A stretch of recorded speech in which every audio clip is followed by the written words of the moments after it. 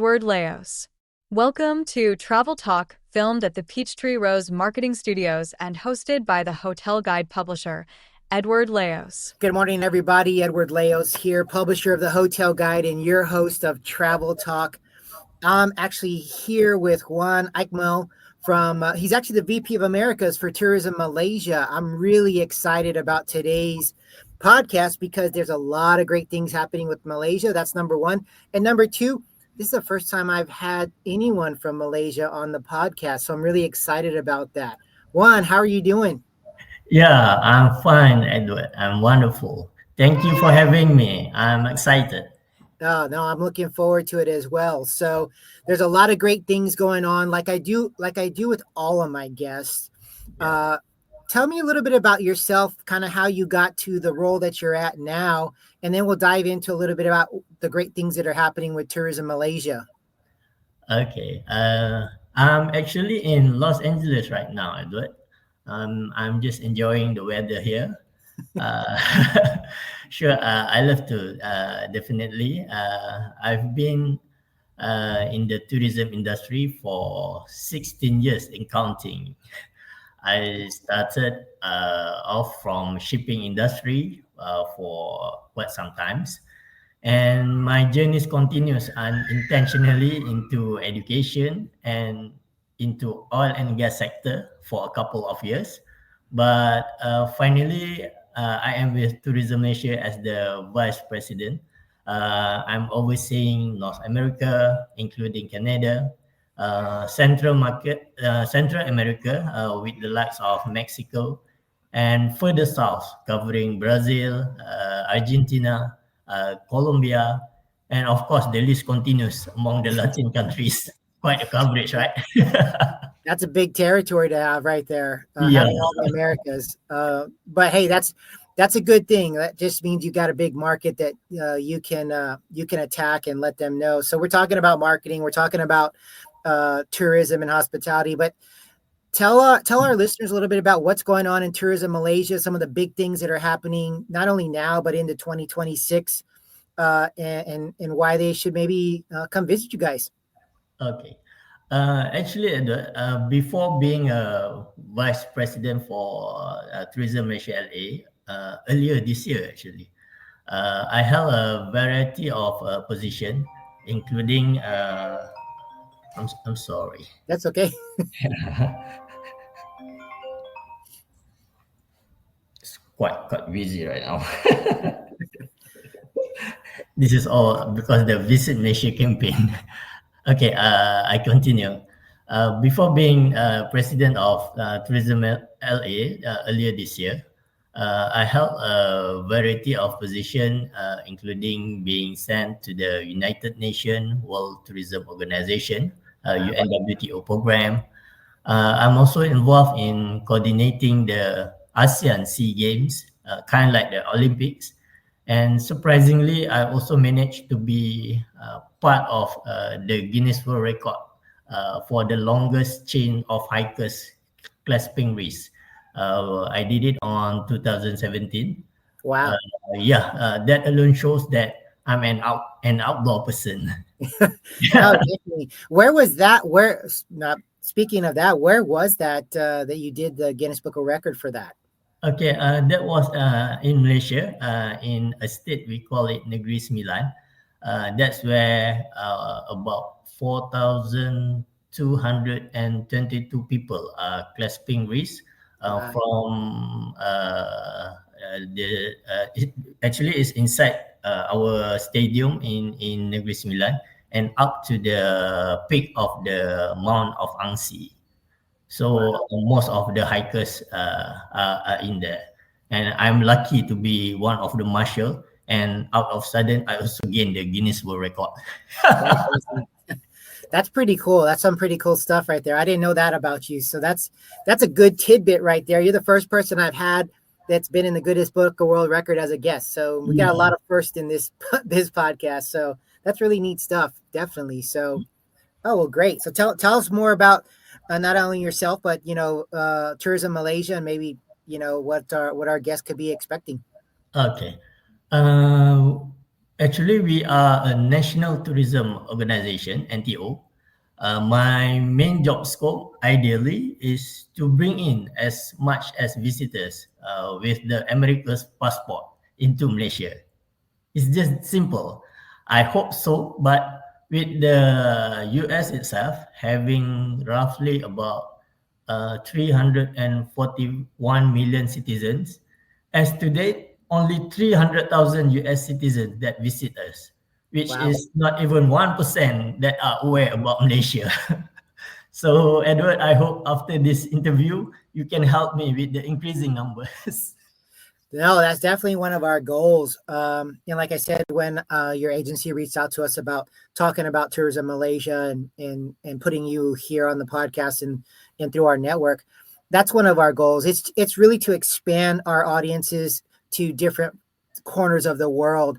What are some of the unique things that a tourist should want to go see when they're in Malaysia? Okay.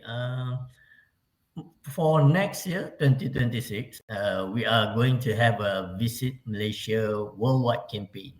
The intention of which to welcome 45 million international visitors and to generate 64.3 billion USD in terms Wow. of tourism revenue.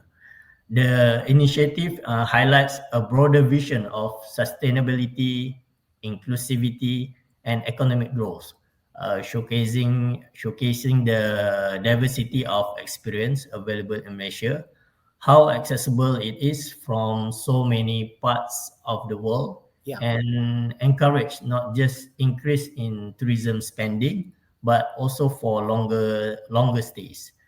And why is Malaysia an advantage? Because we are diverse.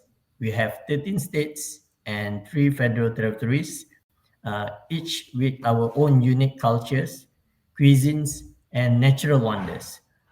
We are also having a rich heritage, vibrant festival, and of course, we are genuine in terms of hospitality. Apart of that, the nature also offers a pristine rainforest, world-class diving. For example, in Sipadan near the Borneos, we also have islands like Langkawi, Penang, and apart from that, also we have our flora and our faunas. Yeah. Oh, yeah. And for modern comforts, we managed to have currently a world-class infrastructure, luxury and boutique accommodation, and with seamless connectivity. That's part of our commitment to the tourism industry. And among of that, we still maintain our sustainability and for all the tourists to get community-based experiences. No, that's awesome. There's a lot of things that are going on there. You read through just a bunch of great things that Malaysia has. What are some of your favorite things that that really strike you there in Malaysia? Mm, working in this industry, I got that question a lot. Yeah, I'm sure.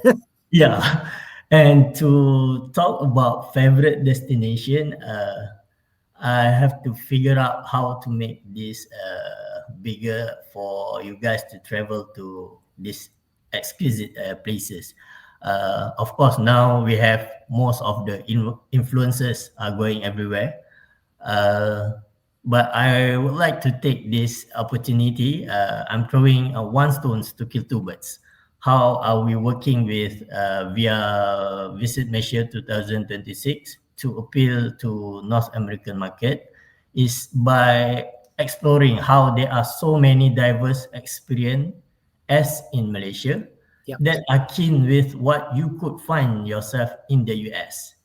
For instance, I dream of going to Miami and Puerto Rico in the Caribbean. Yep.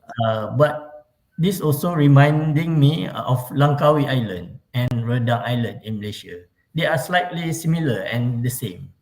And if you are looking for something more like mountains for hiking, Mhm. similar to Colorado, you can also try our Mount Kinabalu in Sabah.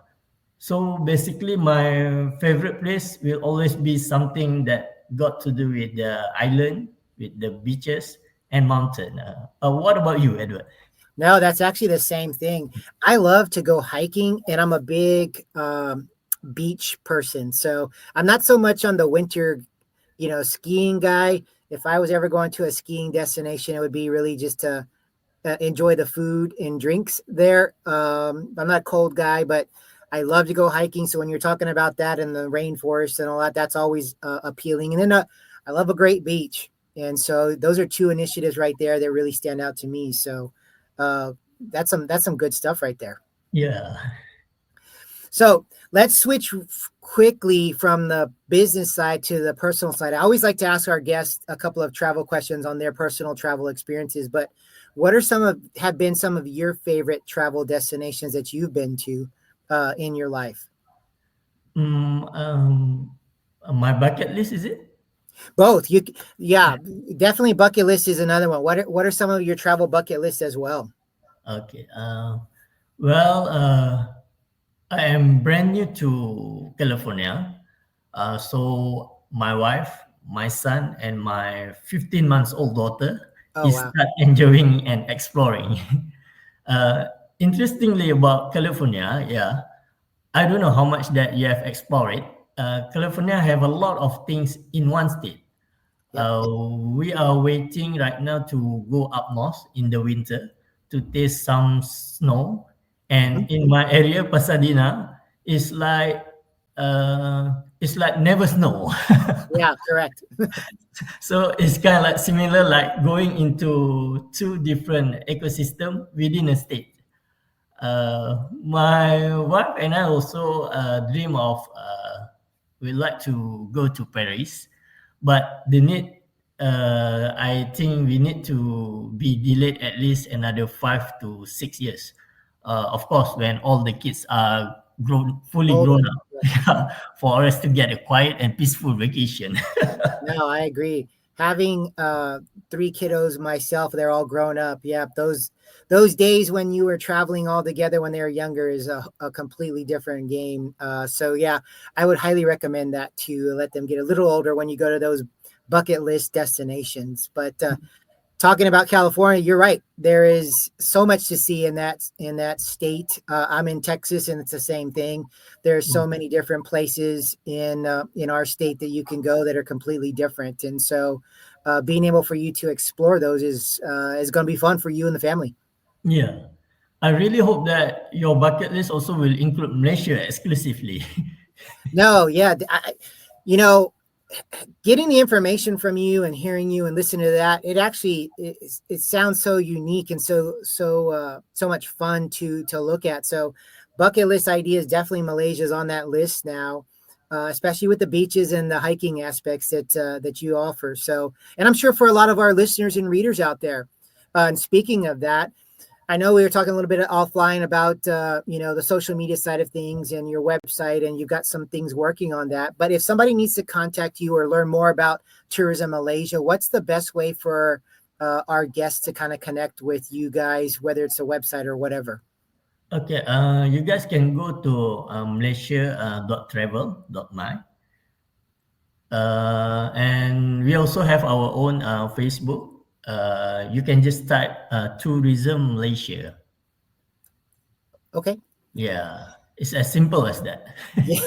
Hey, Yeah, well, that's what you want. I tell you, yeah, travelers want things that are very simple. And I'm a business and leadership coach too in the hospitality industry, and all I talk about is how do you eliminate hurdles and make things easier for our guests. And so that's one of the ways to do that for sure. But Juan, it's been an amazing, quick 15 minutes, but so thankful that you were on the podcast today and kind of telling our guests and listeners a little bit about Malaysia and what great things are happening in 2026. We'll definitely have the website and everything in the notes so that people can go check you guys out as well. But thank you for taking the time today and to being a guest on our show today.